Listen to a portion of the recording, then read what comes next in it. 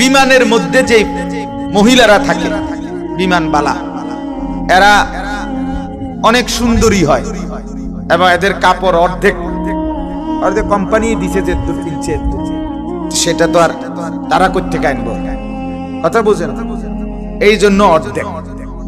হ্যাঁ, তো কোম্পানির হয়তো আরো খরচ আছে, সব মিলাইয়া কাপড়ের বরাদ্দ দূর দিছে, দূর কিনছে। তো এই অল্প অল্প কাপড় পরে এরা আপনার এই খেদমত করে, মানে অর্থাৎ বিমানে সেবা করে। এই মহিলাগুলো অপরূপ সুন্দরী। এই বেচারা ওই শেঠ ব্যবসায়ী, উনি হযরতের পাশেই বসা।